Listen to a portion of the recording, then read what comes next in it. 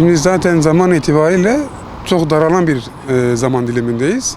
Yani bu süreçte biraz daha zorlanacak öğrencilerimiz ama tabii geç kalmış sayılmazlar. Hani madde madde saymış olursak mesela bu süreçte kendilerine bir rutin oluşturmaları lazım. Hani bu rutinden kastımız nedir? Yapacakları günlük aktiviteler, günlük ders programlarıdır, dersleridir, çalışma stilleridir. Bunlara mutlaka ve mutlaka sadık kalmaları lazım. Mesela ikinci bir başlık olarak da en önemlisi bence eksiklerini tamamla. Yani sonuç olarak son düzlüğe girdiğimiz hasebiyle artık bu süreçte öğrencilerin eksikliklerini hem fark etmeleri lazım hem de artık bu minvalde önlemlerini almaları lazım. Hani o artık o derslere ağırlık vermeleri lazım. Hani burada daha çok başarılı oldukları, sevdiği dersleri değil de başaramadıkları, kendilerini eksik gördükleri konulara ağırlık vermeleri lazım.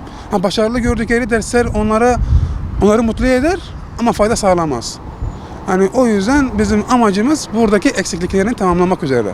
Özellikle bol bol deneme çözmeleri lazım.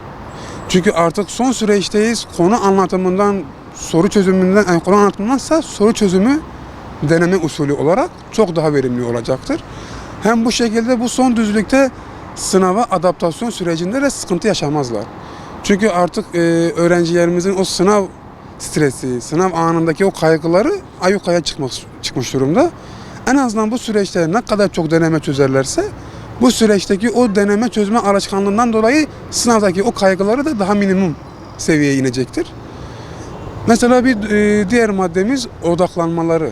Hani öğrencilerimiz mesela bu konularda artık eksik oldukları, yapamadıkları konuları bilmeli, onlara odaklanmalı.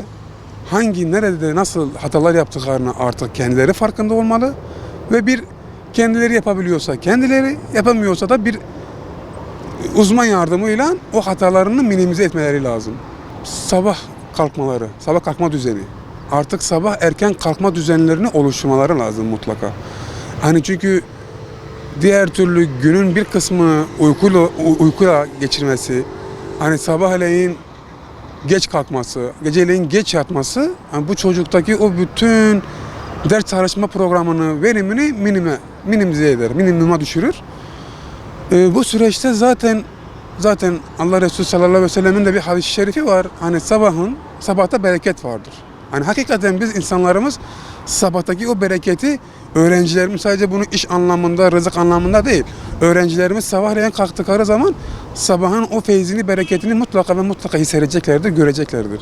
En önemlisi özellikle belki de bu son zamanlardaki öğrencilerinin hemen hemen hepsinin ortak noktası, sıkıntı noktası yeni nesil sorular. Bu yeni nesil sorulara bu süreçte mutlaka ve mutlaka ağırlık vermeleri lazım. Daha çok o sorular üzerinden test çözmeleri lazım. Denemelerini onlar üzerinden yapmaları lazım. Çünkü artık yeni nesil soruları üzerinden ayrıştırmalar, değerlendirmeler, öğrencilerin farklılıkları bu konu üzerinden daha çok ayrımlaştırmaya başlanıyor. Hani artık oradaki öğrencilerimizin seviye farkı yeni nesil soru üzerinden daha çok ortaya çıkıyor. Bir diğeri son senelerde çıkmış olan soruları bakmaları, onları deneme usulü dediğimiz gibi çözmeleri ve onlara mümkün mertebe analiz etmeleri. Hatalarını gördükleri zaman o hatalarına dönüp o hatalarını nerelerde hatalar yaptıklarını yapabiliyorlarsa kendileri tekrardan o hataları üzerinde bir değerlendirme yapıp doğruyu bulmaları. Eğer yapamıyorlarsa, çözemeyeceklerini düşünüyorlarsa bir uzmandan, bir öğretmenlerinden, bir büyüklerinden yardım istemeleri. Bir diğer unsur ise özellikle motivasyon. Yani hakikaten bu son sürece girdiğimiz zaman öğrencilerin motivasyonundan ziyade kaygıları artmaya başlıyor. Ya yapamazsam, ya yetiştiremezsem, ya başarılı olamazsam diye.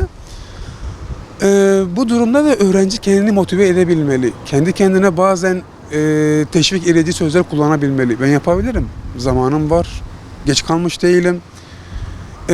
Bu sadece öğrencilerimizin üzerine binen bir yük değil aslında. Hani velilerimiz de, öğretmenlerimiz de, yakın çevreleri de o öğrenciye ara sıra mutlaka teşvik edici, onları motive edici sözcükler kullanmalılar. Öğrencilerimizin motivasyonunu düştüklerini hissettiği anda mesela ben bunu onlara tavsiye ediyorum. Odalarına istedikleri lisenin ya da üniversiteye hazırlanan öğrencilerimizin istedikleri üniversitenin bir görüntüsünün resmini asmaları ve onları gördükçe onlara karşı bir motivasyon duygularının daha kabarması öğrencileri emin olsunlar ki daha çok motive eder.